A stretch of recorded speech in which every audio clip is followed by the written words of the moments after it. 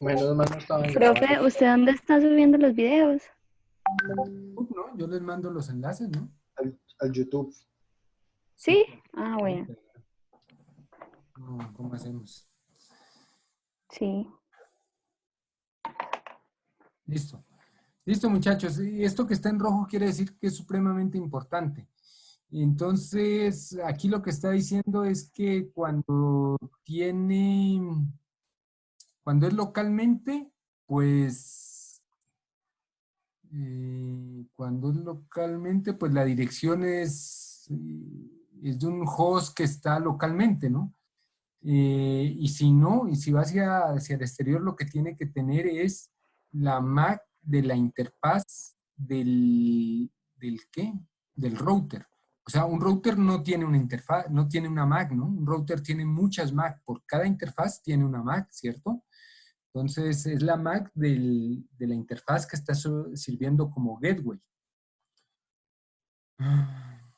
Dice aquí, miren la última viñeta. Cuando un host crea un paquete para un destino, compara la dirección IP de destino con su propia dirección IP para determinar si las dos direcciones IP se encuentran en la misma red de capa 3. Si se encuentran en la misma red, pues, pues la dirección MAC de destino va a ser la definitiva.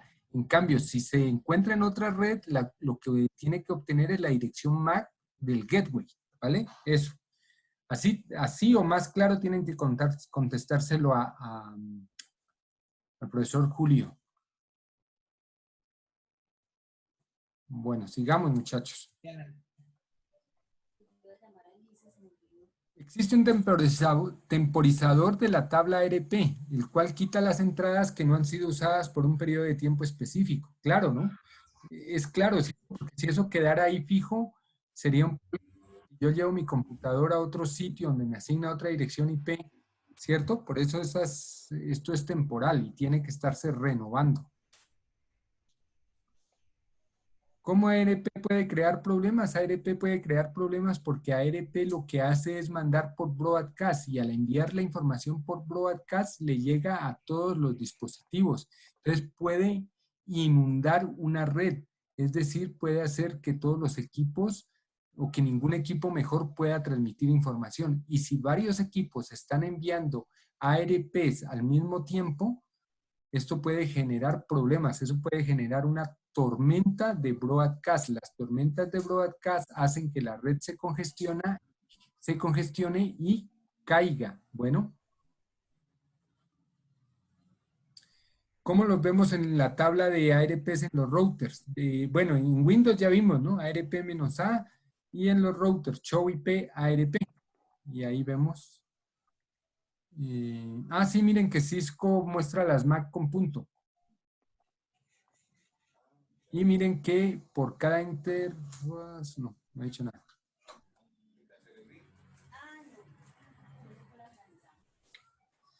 Muy bien. Listo, muchachos. Sobre ARP hay mucho y sobre ARP hay mucho y yo creo que le dan muchas vueltas. Lo único es saber para qué sirve ARP y qué dirección es la que se coloca. Eso es todo. Switches, los switches, muchachos, los switches, existen switches de capa 2 y switches de capa 3. Hay algunos profesores que hablan de switches de capa 4, yo no sé qué será eso. Sin embargo, fui a buscar en Google switches de capa 4 y lastimosamente aparecen. Yo considero que no. O sea, los switches son de capa 2 o de capa 3. Ya otros switches serán, pues, que tienen muchas funciones, ¿vale? Pero en general los switches son de capa 2 y de capa 3. Los de capa 3, ¿qué es lo que hacen? Los de capa 3 lo que me permiten es que además de ser un switch, también sea un router. Switches de capa 2. Conectan dispositivos finales a un dispositivo intermedio central en muchas redes Ethernet. Lo que pasa es que antes, lo que pasa, muchachos, es que antes no se usaban mucho los switches. ¿Por qué? Porque eran costosos. Pero hoy los switches son el elemento extremadamente utilizado. ¿Qué? porque son económicos, son inteligentes y además pueden crear LAN virtuales, o sea, dividir redes de capa 2. Bueno, De la luz, Dianita. ahora no es ahora en el 2020, ese ahora significa por ahí desde el 2008, desde el 2008 hacia adelante los switches Se tiene que cerrar. se utilizan mucho, se utilizan por encima de los dispositivos de capa 1. Ya sería una pérdida de dinero comprar dispositivos de capa 1. Ejecuta conmutación y filtrado basado solo en la dirección MAC. Pregunta de parcial. ¿Cuáles son las funciones de un switch? Conmutar y filtrar. Esas son. ¿Qué es conmutar? Pues entregar la información a donde corresponde. ¿Y qué es filtrar? Pues no dejar pasar la información. Bueno. No sé.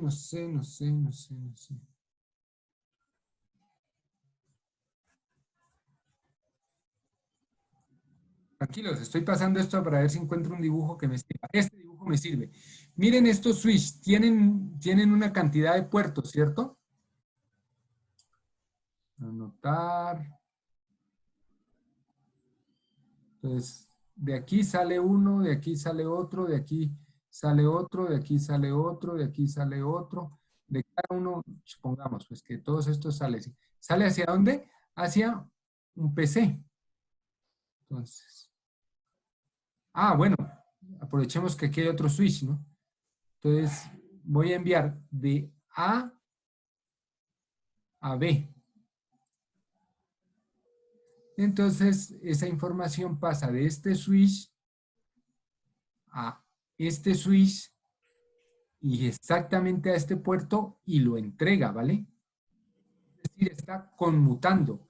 ¿Y cómo está filtrando? Pues no deja que la información venga para este, ni para este, ni para este, ni para este. Filtra la información. Él filtra y conmuta. Conmuta, o sea, a nivel de capa 3 yo hablo de enrutamiento. A nivel de capa 2 yo hablo de conmutación.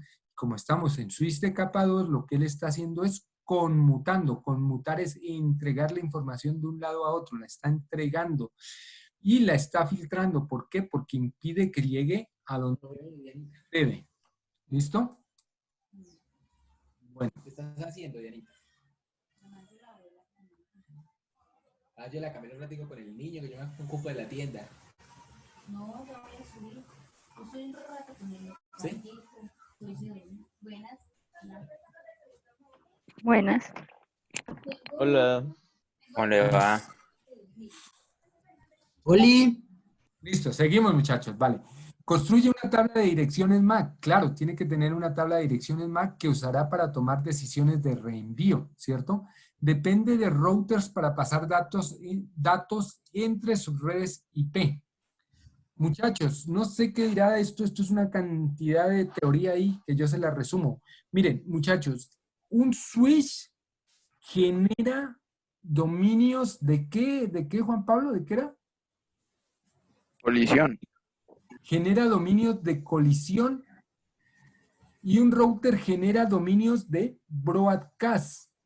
¿Qué estoy diciendo con eso? Que un switch, si yo mando un broadcast y un switch lo deja pasar.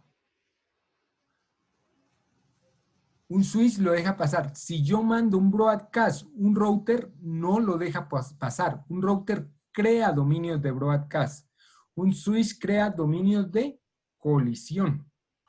Bueno. Todo esto lo vamos a ver en la próxima clase. Tranquilos. Igual ustedes lo pueden estudiar. Pero es más chévere verlo como con un ejemplo. Bueno. Listo. Aquí tenemos que los switch, miren, este es un dispositivo de capa 1, ¿cierto? Es un dispositivo de capa 1. Esto es un dispositivo de capa 2. Bueno, en estos dispositivos, como esto, hay un switch aquí y está pasando por medio de capa 1, utiliza, ¿cómo se llama esto? HAL duplex, ¿no? O sea, Estoy viendo hacia acá. no es full duplex, sino HAL duplex. Es decir, el switch envía hacia acá, pero al mismo tiempo el servidor no puede estar enviando. No puede estar enviando, ¿por qué? Porque habría una colisión. Por eso en estos, cuando hay en medio dispositivos de capa 1, tiene que haber HAL duplex. Es decir, puedo enviar en los dos sentidos, pero en un sentido solo a la vez. Bueno, primero este, luego este. Primero el uno, luego el otro. Entonces ahí tiene mucho sentido CSMA-CD, porque si los dos les dio por transmitir al mismo tiempo, entonces va a haber una colisión y gracias a este protocolo la vamos a detectar. En los sistemas full duplex yo les dije que ya no trabajaba con esto. Ellos pueden estar enviando al mismo tiempo, miren, envía para acá y envía para acá al mismo tiempo y no hay colisiones. ¿Cómo hace eso? Magia, magia, ¿no? Libre de colisiones, miren. Requiere full duplex, se soporta full duplex. ¿Cómo se hace eso? Con procesos de codificación complejos. Es decir, la información que va del uno hacia el otro va extremadamente codificada y la que va del otro hacia el uno va extremadamente codificada. ¿Dónde está entrando el agua? Tal que el switch es capaz de detectar la información, así se haya chocado con otra información, ¿vale? ¿Qué es esto, muchachos? Esto creo que también es una pregunta chat. Apaguen los micrófonos, manda a decir Alejandro. Esto también es una pregunta que suele hacer el profesor Julio. ¿Qué es esto de AutoMDix? Esto es la capacidad de autoconfiguración que tienen los dispositivos modernos como los routers y los switch.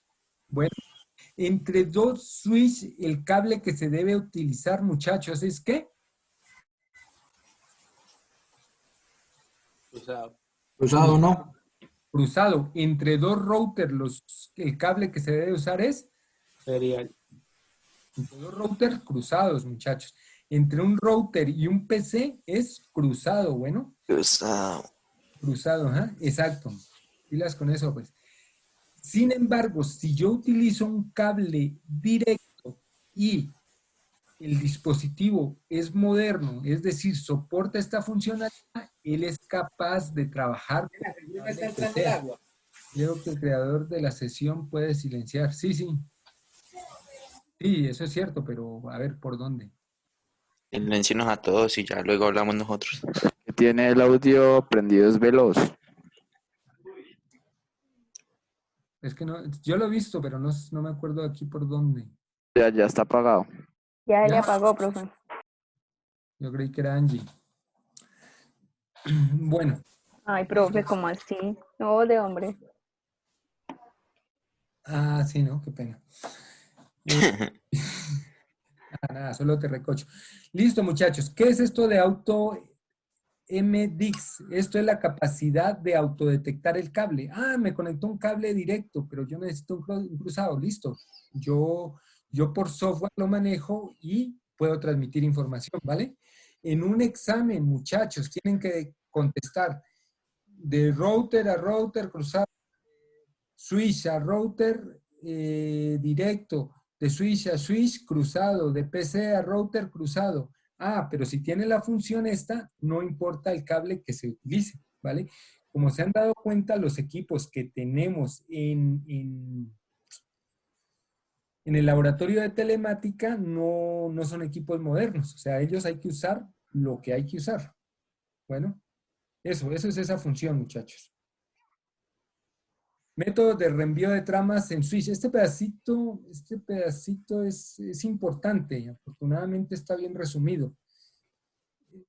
¿Cómo pueden reenviar la información los switches? Primero almaceno la información y luego la envío. O puedo hacerlo por método de corte. Es decir, no almaceno la información, sino que a medida que me va llegando, la voy enviando. ¿Cuál es más rápido? Pues el método de corte. ¿Cuál es más seguro? Pues el almacenamiento. ¿Por qué es más seguro? Porque si la trama llegó mal, él la descarta. En cambio acá, si la trama llegó mal, igual él la está enviando. Ahora sí leamos las las cosas específicas.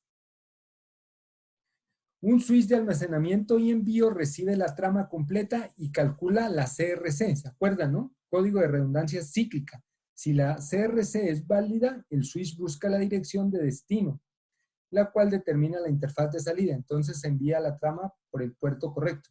Claro, es más seguro, pero es más que lento. El switch que utiliza el método de corte envía la trama antes de recibirla en su totalidad. ¿Pero qué tiene que haber recibido?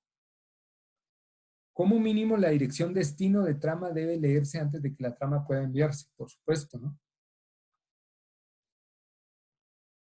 Dentro del método de corte existen dos variantes. Me gusta esto, mire. Conmutación libre de fragmentos. Es decir, primero él verifica que por lo menos le hayan llegado 64 bytes. Porque si ni siquiera le llegaron 64 bytes, la trama es errónea. ¿Se acuerdan el tamaño mínimo de la trama de Ethernet? O conmutación por envío rápido. Simplemente ni siquiera espera esto, que le llegue la dirección de destino y empieza a enviar. Bueno, esto es bueno. ¿Cuánto es bueno? Cuando la red está por fibra óptica. En fibra óptica no hay errores, difícilmente. ¿Listo?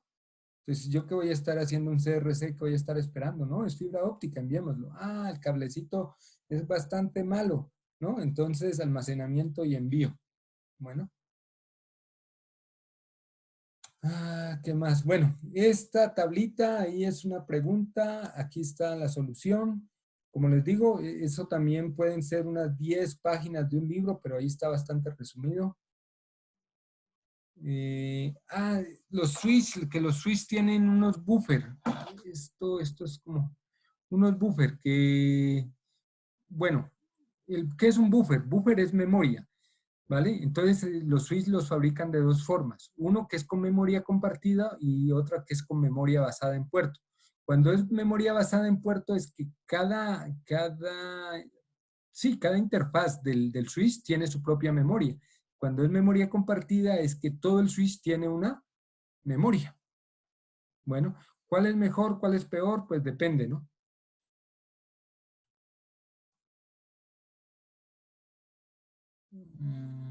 ¿Qué será esto? Bueno, esto por si de pronto les es Ethernet sobre, bueno, a ver, me desenredo. ¿Esto qué quiere decir? Que por el cable de Ethernet también lo está alimentando. ¿Listo? O sea, por ejemplo, las antenas. Las antenas, ustedes, no sé, la experta en esto es la profesora Aura María, ¿no? Entonces necesitan alimentación, pero también necesitan, pues, un cable por donde se les va a entregar los datos, ¿no? Entonces, por ese cable que yo le entrego los datos, también la puedo estar alimentando. Entonces, esto es PoE. Esto es Power on Ethernet, o sea, potencia sobre Ethernet. O sea que el cable que es utilizado para transmitir datos también es utilizado para alimentar algún dispositivo. Bueno, mira, aquí dice, el teléfono IP recibe energía a través del cable Ethernet. ¿Listo? El punto de acceso inalámbrico recibe energía a través del cable Ethernet. Configuración, esto es otro tema. Estos son switches de configuración fija, es decir, este es el switch con el cual armo las VLAN, con las cuales armo mis redes, etcétera, etcétera. Estos switches de acá abajo son de configuración apilable. ¿Qué significa eso? Que esto no es cualquier switch, ¿no? Sino que son switches que los venden de configuración apilable. Entonces yo compro un switch. Pero luego compré otro. Luego compré otro, luego compré otro. Lo que yo puedo hacer es conectarlos así, como muestra la figura, mediante un cable especial y un conector especial. No es que yo vaya a coger un cable y no. Ese me lo venden y lo configuro así. Entonces, al tener yo todo esto, no es como si tuviera 1, 2, 3, 4 switches, no, es como si tuviera un único switch con tantos puertos. Aquí estamos viendo la parte trasera, ¿no? Por la parte delantera deberán estar los puertos. Es como si tuviera un switch con toda esa cantidad de puertos y no tengo que entrar a cada uno a configurarlo. Simplemente con un cable de consola entro y lo veo como si fuera un único switch, el cual al ser un único switch, va a tener más puertos y se va a aumentar la velocidad. Bueno, y estos son switches de configuración modular. Estos van en rack. Un rack es como el armario ese que tenemos allá. Dice, el bastidor admite las tarjetas de línea que contienen puertos, ¿cierto? En ese rack yo meto un bastidor. En este switch está creado mediante tarjetas. Entonces, cada que yo le meto una tarjeta, tengo más puertos. Cada que yo le meto una tarjeta, tengo más puertos. ¿Sí? Es eso, miren. Mírenlo acá abajo. ¿Cierto? Entonces son tarjetas, tarjetas, tarjetas. Entonces yo lo que compro es básicamente un cascarón y a medida que voy necesitando más puertos, pues voy comprando más tarjetas para ir. Y eso es tal cual, muchachos. O sea, si yo compré eso, es tal cual. Yo la ingreso y eso funciona de una, ¿no? Switches de capa 2 versus switches de capa 3. Bueno, la gran mentira es que los switches de capa 2 no crean dominios de broadcast, que creo que se los dije hace un momento. Eso es una gran mentira. Los switches de capa 2 también pueden crear dominios de broadcast. ¿Cómo así? Sí. ¿Cuándo? Cuando creamos VLAN. Es decir, un switch es capaz de crear dominios de broadcast cuando crea VLAN. Porque la teoría dice, los únicos capaces de crear dominios de broadcast son los routers. Falso de toda falsedad. Los switches también pueden. ¿Cómo? Creando VLAN. ¿Qué es un switch de capa 3? Un switch de capa 3 es un dispositivo que además de hacer todas las funciones de switch, también hace las funciones de enrutamiento. Es decir, también acepta direcciones IP. ¿Y un switch de capa 2 acepta direcciones IP? Sí. ¿Y entonces qué nos está diciendo? Ah, pero es que el switch de capa 2 acepta direcciones IP con el administrativas, no para enrutar. O sea, yo a un switch de capa 2 le puedo asignar una dirección IP y por medio de esa dirección IP yo puedo entrar a administrarlo, a gestionarlo, más no para hacer enrutamiento.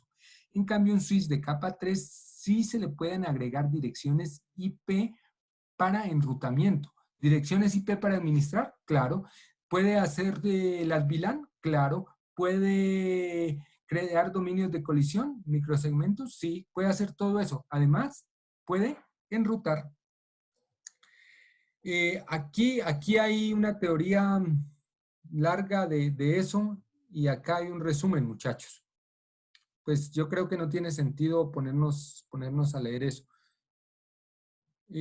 Tipos de interfaces de capa 3 en los switch. Existen las SBI, interfaz lógica en un switch asociada con una red de área local virtual. ¿Sí? ¿Listo? No se me vayan a perder, muchachos. Tenemos switches de capa 3, lo cual hace todo lo mismo que un switch de capa 2. Y los switches de capa 2 ¿se le podía asignar una dirección IP? Sí, es esta. ¿Listo? ¿Para qué? Para administrarla. O sea, creo una VLAN y a esa VLAN yo le asigno una dirección IP. ¿Para qué? Para administrarla. Existen los puertos que son enrutables. Puerto físico en un switch de capa 3 configurado para actuar como un puerto ruteado. Configura puertos ruteados para poner la interfaz en modo de capa 3 con el comando de configuración de interfaz no switch port. Listo, muchachos. Esto préstenme atención porque ahí siempre tienen problemas, pero cuando estamos en clase, o sea, en un semestre normal, les digo qué es lo que pasa. Ustedes escogen unos routers para montar los laboratorios o para montar el examen, ¿cierto? Y van y conectan a un bendito puerto, un RJ45, y le intentan asignar una dirección IP y no se las acepta y no se las acepta y les aparece un error, algo así como L2. Cuando les aparezca L2, lo que quiere decir es que ese puerto está siendo un puerto de capa 2. No es un puerto de capa 3, es un puerto de capa 2. Y como es un puerto de capa 2, lo que le está diciendo es que no se le puede asignar una dirección IP. Y entonces si ustedes van a Google y buscan cómo solucionarlos, les dicen, pues cree una VLAN. Y ustedes corran a crear una VLAN. No. No se trata de eso, porque es que una VLAN es para crear VLAN. Entonces, pilas con lo que les dice Google, porque la solución que yo les doy es, muchachos, no usen esa interfaz. ¿Por qué? Pues porque es una interfaz de capa 2. Quieren usarla, ¿no? Pero entonces Google nos dice que usen que creemos una VLAN y que ahí ya nos acepta. Sí, crean la VLAN, la aceptan, pero esa dirección IP va a ser administrativa. Entonces, ¿qué es lo que tienen que hacer? Lo que tienen que hacer, si son persistentes y quieren utilizar ese puerto, es buscar en Google cómo habilitar ese puerto para que se comporte como un puerto de capa 3, es decir, como L3, porque ahí les va a aparecer es L2, ¿cierto? Lo que tienen que hacer es habilitar el puerto para que se comporte como de capa 3. ¿Cómo se habilita? Así, no switch ports, ¿vale? Si ese comando no les funciona, tienen que buscar en Google porque cada router o cada switch tiene su propia sintaxis, ¿vale? Pero en general, cuando les aparezca L2, acuérdense que ese es el bendito problema. Pero no corran, porque es que Google lo primero que les dice es esto, no corran a hacer eso. Tienen es que habilitarlo como capa 3. Entonces, en los switches de capa 3 tienen esto. Switches virtuales de interfaz para las VLAN, los puertos que son enrutados, los cuales pueden estar habilitados como puertos de enrutamiento o pueden no estar habilitados. Si no están habilitados, tienen que habilitarlos. Yo no los uso, uso otros que sí estén habilitados. Ah, pero es que ninguno está habilitado. Apáguelo, quítele esa interfaz, colóquele otro que sí sea un switch, sea un puerto de capa 3. Y está el concepto de Ether Channel de capa 3, interfaz lógica de un dispositivo Cisco asociada con un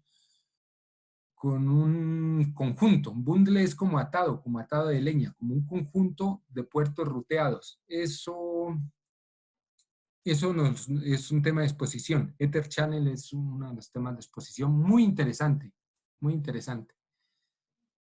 Miren, aquí está habilitando no switch port, lo está habilitando y ahí ya le puedo agregar una dirección IP. Pero en los switch dijimos, en los switch las interfaces siempre vienen arriba, ¿vale, muchachos? No hay que habilitarlas. Nosotros en el laboratorio, el grupo de Andrés usó el switch, no tuvo que hacerle nada, conectó, hizo ping, nunca se enteró de nada, no tenía que hacer nada. No hay que subirlas. Pero como es que esta era una bendita, esto es un switch de capa 3, ahí sí tengo que habilitarla, no shutdown, porque la teoría dice, las interfaces de los switches no hay que habilitarlas, siempre vienen arriba. ¿Y aquí por qué la subí? Porque era de capa 3 y tuve que habilitarlo con no switch port, ¿vale? Listo, muchachos. Muchas gracias por su atención. Ha sido una clase densa, larga. El próximo viernes nos reunimos. Va a ser una clase totalmente diferente a esta porque va a ser bastante práctica. Les aconsejo que no se la pierdan porque va a haber ejercicios, van a tener que mandarme cosas y ahí está el otro 50% del final. Digamos que yo creo que la otra clase la hacemos en menos tiempo, en 1 hora y media terminamos. La de hoy vimos mucha teoría, también importante. Nada, les agradezco su atención, muchachos. Escucho si hay preguntas o algo. Voy a detener la grabación.